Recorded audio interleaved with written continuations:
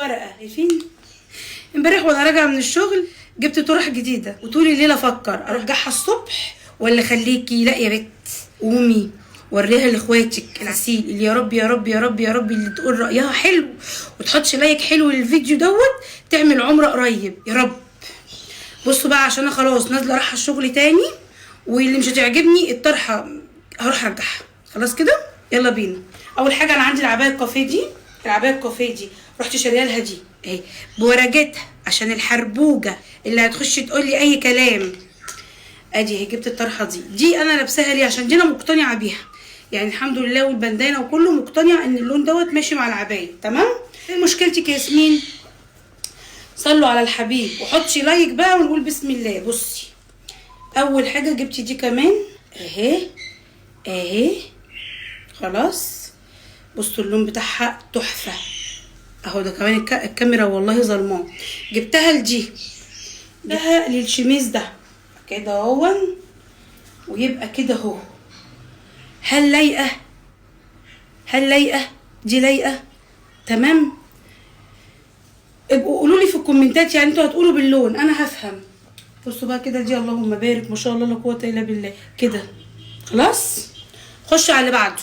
عندي ده ماشي جبت له دي.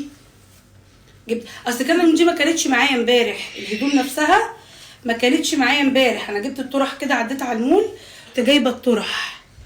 على فكره الكاميرا مفتحه ده الكاميرا مفتحه ده مش فاتح كده زي ما انا شايفاه في الكاميرا ده اغمق. فده كده ايه تمام.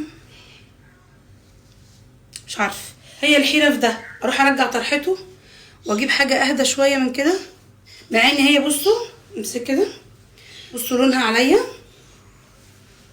اللون لما قسته امبارح في المحل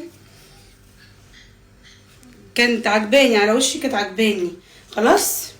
في الدولاب بقالها كتير وما كنتش دايما بلاقي ولا طرحه لايقه عليها فرحت جبت لها ايه دي شايفينها اهي.